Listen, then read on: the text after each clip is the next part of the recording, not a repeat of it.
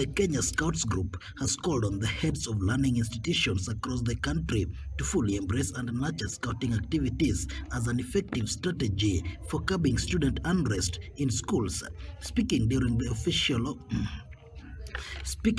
official closure of the Migori County Scouts competitions at Kondege in Kuria East Sub-County, Scout officials expressed concern over the low participation of schools in scouting programs, noting that many institutions have yet to appreciate the critical role scouting plays in shaping disciplined and responsible learners. The officials emphasized that the scouts are trustworthy, disciplined, and community-oriented individuals who can provide vital information that helps address emerging challenges within schools. These are people who can volunteer some good information for us, because actually we expect that a scout is supposed to be a friend to everybody.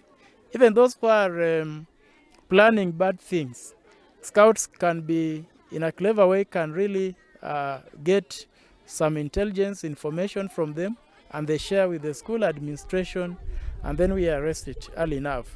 Of course, with the schools that have CCTV, those cameras may help a lot with the volunteered information that comes from scouts.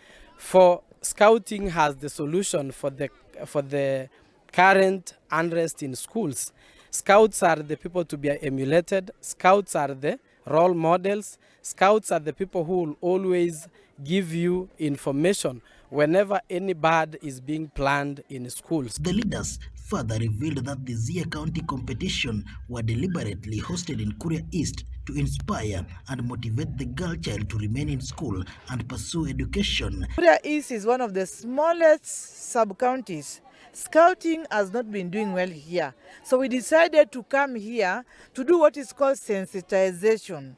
As scouts, one thing that we are calling for, that the girl child is supposed to be in school. And these girls, we find them in school. So when they are here, the girls will see that they're supposed to be in school and not allowed to do any other thing apart from coming to school and building herself, getting the values.